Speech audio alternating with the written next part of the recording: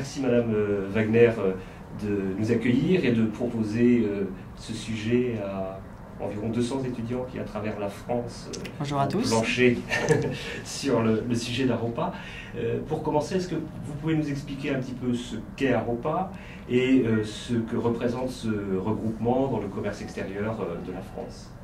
Alors, Aropa, c'est un groupement d'intérêt économique qui existe depuis 2012, qui rassemble les trois ports, le port du Havre, le port de Rouen et les ports de Paris, donc tout au long d'un axe central, axe Seine. L'intérêt d'avoir créé ce groupement d'intérêt économique, c'est une juxtaposition de trois ports très complémentaires. Il y a le port du Havre, qui est un port à conteneurs, le premier port du commerce extérieur français, très cadencé, très rapide, la conteneurisation, un gros focus sur le trade Asie. Le port de Rouen, qui est plus spécialisé sur le trade Afrique et dom-tom, avec du groupage, aussi du conteneur, mais beaucoup plus de break-bulk. Et puis le port de Paris, qui est un port fluvial, le premier port fluvial de France, avec un focus de distribution, de proximité, de centre de consommation. Donc un intérêt de complémentarité des ports qui ont fait une force majeure dans le tissu économique français aujourd'hui.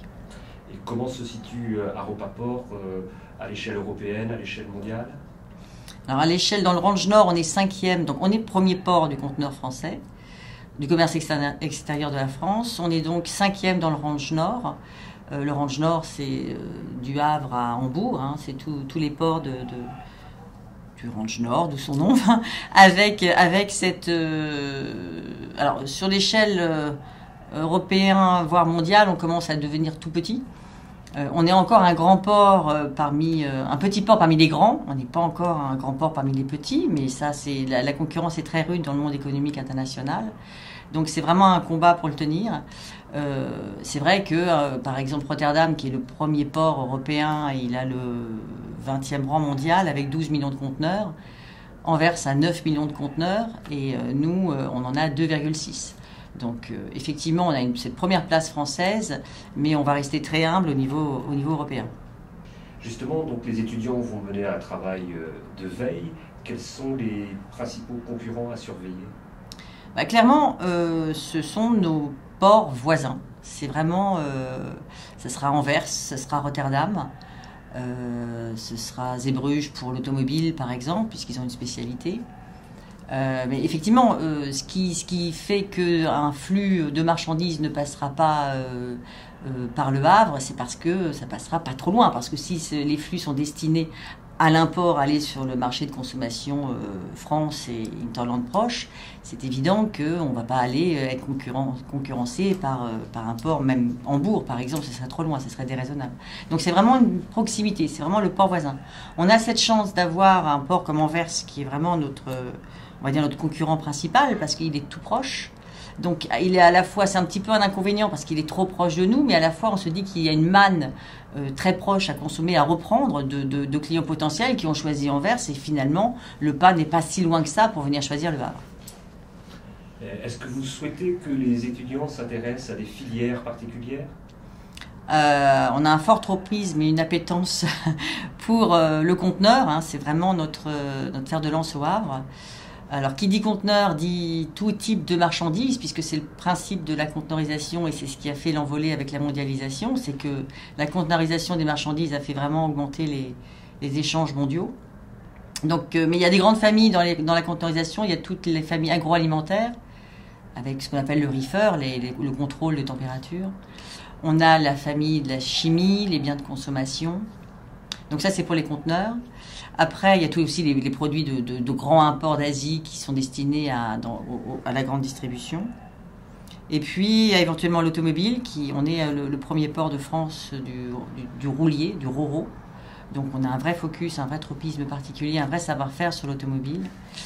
Ce qu'on appelle les colis lourds, le break-bulk aussi. Le colis lourd, c'est très le colis exceptionnel. C'est vraiment quelque chose qu'on sait faire sur l'axe Seine avec cette logique de transport fluvial. Et puis, la logistique. Forcément, le conteneur, il peut être ouvert en zone portuaire, la valeur ajoutée d'un travail de logisticien va être apportée sur le produit. Donc, tout ce qui est savoir-faire logistique, implantation, entrepôt, ça va être assez finement observé. Pour renforcer l'attractivité d'Aropa Port, vous avez besoin de mieux connaître vos clients, mieux les cibler. Quels sont vos besoins particuliers? C'est l'identification des centres de décision, par exemple? Par exemple, tout est dit. Effectivement, on a donc une équipe de 6 commerciaux qui ont chacun leur référent chargé d'analyse marketing. Donc, on a vraiment un marketing opérationnel très fort dans la façon de travailler. Par filière, on s'intéresse à son client, à son environnement, à son concurrent. On lit toute la presse, sa presse, son site, ça c'est le plus facile, mais aussi ce qui se dit de lui, etc., son positionnement, ses fournisseurs. Et là, aujourd'hui, on est vraiment sur... on lit beaucoup de choses, on analyse beaucoup de choses, mais je sens bien qu'il y a des choses à faire pour accélérer la mesure. Parce qu'effectivement, les centres de décision, c'est forcément eux qu'on veut capter. Quand un commercial décroche au haut niveau de rendez-vous qu'on veut, au haut niveau décisionnel qu'on veut chez le client, il a beaucoup travaillé pour décrocher son rendez-vous par téléphone, en conviction. Et nous, on va beaucoup travailler en amont pour lui préparer son discours à tenir face au client. Donc, c'est un rendez-vous, c'est une fois par an qu'on l'a, quoi. Donc, il ne faut pas se rater. Donc, plus on a d'informations en amont qui vont conforter notre discours, qui vont conforter le fait qu'on va matcher avec ce que veut attendre le client, ce que veut entendre les clients, plus le rendez-vous sera efficace.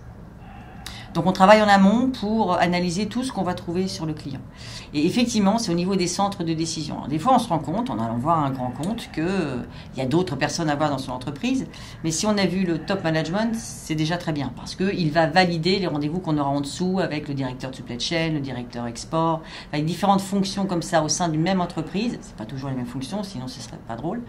Donc, on va se retrouver à devoir analyser aussi les organigrammes des entreprises pour bien comprendre le fonctionnement. Mais le top management, c'est assez essentiel. Puis après, c'est de comprendre, effectivement, c'est pas un directeur d'usine, par exemple, qui va forcément choisir le port d'exportation, c'est même rarement lui, le port d'exportation de ses produits. Ça va se décider au siège. Le siège n'est pas forcément là où il y a l'usine. Le siège n'est pas, il peut y avoir un siège national, un siège européen, un siège mondial, avec différentes strates de décision.